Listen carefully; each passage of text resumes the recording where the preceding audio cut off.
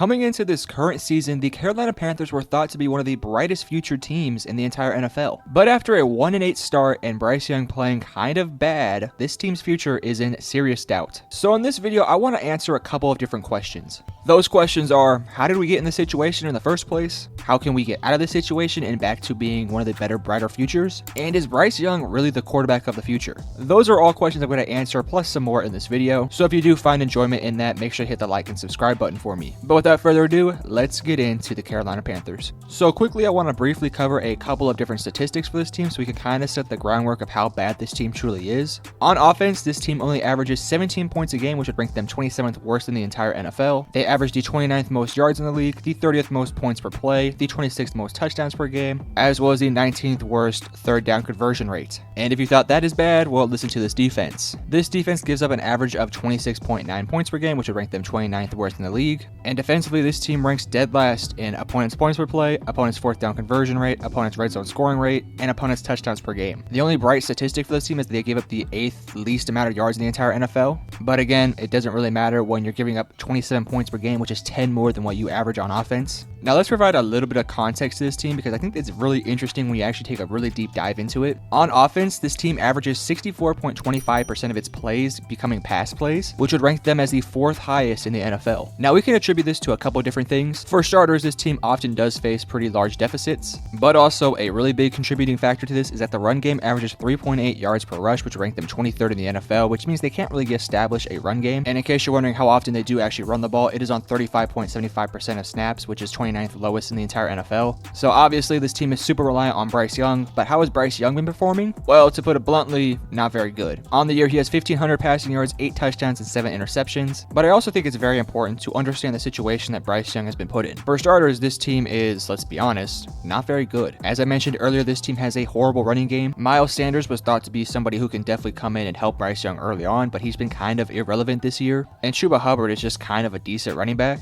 But this offensive line has really taken the biggest step back, and I think that's the biggest reason why this running game hasn't been working. For starters, this offensive line has a sack rate of 8.40%, which ranks them as the 26th worst in the entire NFL. And if you actually sit back and watch the film, this offensive line does not open up any holes for the running back, barely ever. I'm sure I can find some statistics to prove this, but I think I don't really have to. I think you can just look at the bare stats of Chuba Hubbard and Miles Sanders and kind of get the message. And it's really bizarre to me because this Panthers team has been known as a running team with guys like Christian McCaffrey for many years, and then last year Deontay Foreman. Yet this year, with basically the same offensive line as last year, they can't open the same amount of holes. Now, I definitely did expect this team to take a small step back because Frank Reich is not really known to be the greatest run coordinator, which we'll talk about Frank Reich in more detail here in a little bit because I have a bunch of opinions on him. But because this team can't establish any sort of run game, the offensive line has been bad. Bryce Young has not really been put into a bright situation. And then we can also look at his weapons, which are arguably the worst in the entire NFL. To highlight how bad these weapons have been for Bryce Young, I think it's best we look at Adam Thielen's stats because he is currently by far their best wide receiver by probably a mile. He is the only one that can consistently get separation from the opposing cornerback. And I could look through statistics again, but again, just watching the film, it's so obvious when you're watching. On the year, Adam Thielen has 68 catches for 652 yards and 4 touchdowns. And Thielen is on pace to have way more than 1,000 yards on the season, which would be his first time since 2018 and 2017. So we're talking about a guy who's kind of on the tail end of his career, who Bryce Young has to consistently rely on to get any sort of positive yardage on offense. Now, in the same draft with Bryce Young, in the second round, they took Jonathan Mingo, the receiver out of Ole Miss. And while I still like Jonathan Mingo and I still think he has a ton of talent in the NFL, he has not been good at all this year. On the year, he only has 23 catches for 220 yards, but Mingo is not much of a separator. He's one of those special talents with the ball in his hands, yet this team never really designs any design plays for him. For whatever reason, when they run these screen plays, it often goes to their tight end or Adam Thielen, which doesn't really make a lot of sense because you have a guy in Jonathan Mingo who is special with the ball in his hands. I understand you want to give the ball to somebody who's reliable and you can trust to at least get 4 to 5 yards, but Jonathan Mingo has the potential to go down there every single play and score a touchdown. I'm not saying you run every single screenplay with Jonathan Mingo, but you get my point. Now, to sum up everything I've given about Bryce Young, I do want to say this. If there was a veteran quarterback in that offense, I think this offense would be a lot better. I think if you threw in a quarterback like a Derek Carr or Dak Prescott or somebody like that on that sort of level, I think this offense is totally fine because quarterbacks like that have been around bad offensive weapons, and I think they can make the offense work. But because Bryce is super young and just doesn't really know how to operate an offense at a high level, I think this is kind of the outcome we should have expected. expected. Now let's move on to the defense, which has been honestly horrible. Recently, Brian Burns has been missing some games, but I do want to talk about him a little bit later in the video as well. But let's be honest about this defense, it's not special. Despite the fact that this team has invested so much draft capital to make this a great defense, it's not special. Derrick Brown is a decent defensive tackle who can sometimes generate pressure and is pretty solid against the run, but in terms of where this team drafted him, he definitely has not lived up to that potential. Same thing kind of applies to JC Horn, except for JC Horn, he just can't stay healthy. When he's healthy, he's a great cornerback,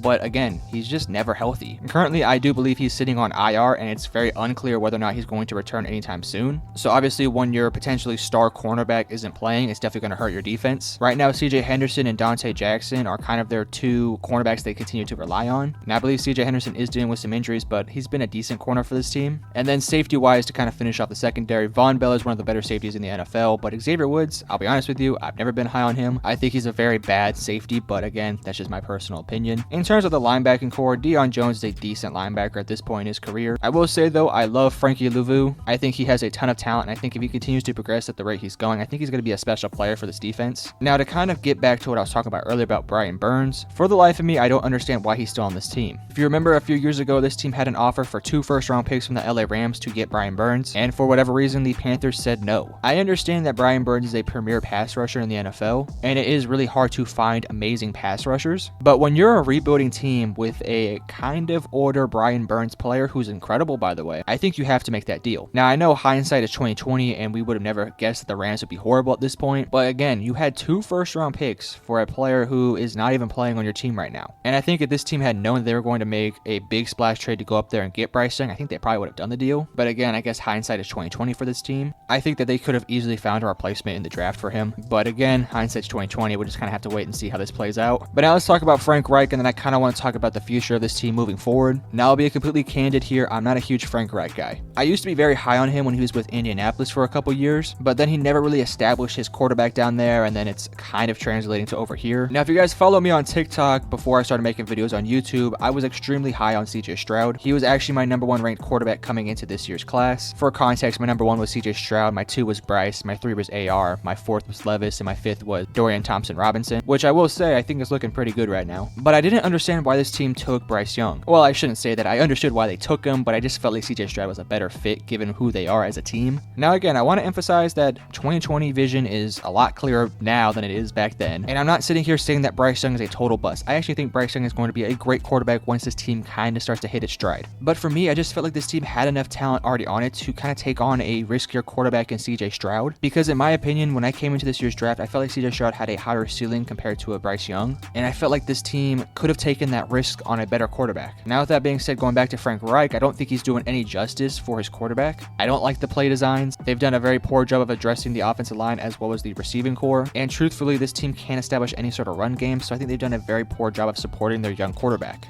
I'm not saying you fire Frank Reich right now. I think you let him play out the rest of the season. But my proposition would be that if this team continues to suck the way they are right now, I think you have to fire him and find somebody new this upcoming offseason. Because if he can't turn the ship around and kind of start winning games, or at least looking like a competent unit, then I think we've seen enough from his time in Indianapolis to now to move on from him. Currently, there's a bunch of young offensive coordinators who I think would love to work with Bryce Young in this offense. My personal favorite for this team would be Press Taylor, the offensive coordinator for the Jacksonville Jaguars. But there's several different options already out there. I think all of those guys could bring in a new offensive identity to this unit. And if they do decide to do that, then you can have a young quarterback to go along with a young offensive coordinator-minded head coach who can grow up together to potentially some point contend. As it goes for the future of this team, they don't have their first round pick for next year, which as it is currently projecting to go within the top 5, more than likely it will probably end up being the number 1 overall pick, which obviously is very bad for the Carolina Panthers. You're without your first round pick next year, which could have potentially been a guy like a Marvin Harrison or a Joe Alt or one of those studs in this year's draft. But the good news is that you should have a bunch of cap space to go out there and make some big moves. Next year's free agency class is full of a bunch of really solid players, and if I was the Panthers, I wouldn't be afraid to go out there and make some pretty smart moves, because ultimately you do have a quarterback on a rookie deal, and he's going to be on that rookie deal for at least the next 3 years. So at the bare minimum, you can go out there and get a bunch of studs to add to your defense or your offensive line or your receiving core to help your quarterback as well as your defense. And in the draft, you just kind of have to find some diamonds in the rough, I suppose. I don't think this team should really make any big time splash moves in the draft to get a top 10 pick, even though I do think that this is an incredible incredible draft class, I think you'd be better off just kind of sitting where you're at. But if this team does fall in love with a potential prospect who might be at the end of the first round, I definitely do think moving up into the end of it could be a smart move. Ultimately, a draft package for a guy between the 21st to 32nd overall draft pick isn't going to cost you too much. So I do think that is a potential move they can make to add a young talent to this roster. But I think no matter what the move is this offseason or in the draft, I think it has to be to establish some sort of connection and comfortability with Bryce Young. At the end of the day, Bryce Young could be a bust, but I think you have to make it work no matter what. This team has invested far too much in Bryce Young to just give up on him after his rookie year. This team must surround him with talent, and if they want to turn it around like the Cincinnati Bengals and the Jacksonville Jaguars, it starts this upcoming offseason. If I was the Panthers, I would look at what the Jacksonville Jaguars did with Trevor Lawrence and how poorly he performed his rookie year to where he is now, and I would do the exact same thing with Joe Burrow and the Cincinnati Bengals. Because ultimately, Bryce Young has the talent, he has the potential, you just have to unlock it. But for now, I guess we kind of just have to wait and see what this Panthers team decides to do. Again, I think their future is scary right now, but I think if they make the right decisions next year, I think they can potentially be a better team. But until then, I guess we'll have to wait and see. But again, if you did enjoy this video, make sure to hit the like and subscribe button because it helps me out a ton. As well as if you like this video, make sure to share it to your friends and family. But I love you guys. Peace.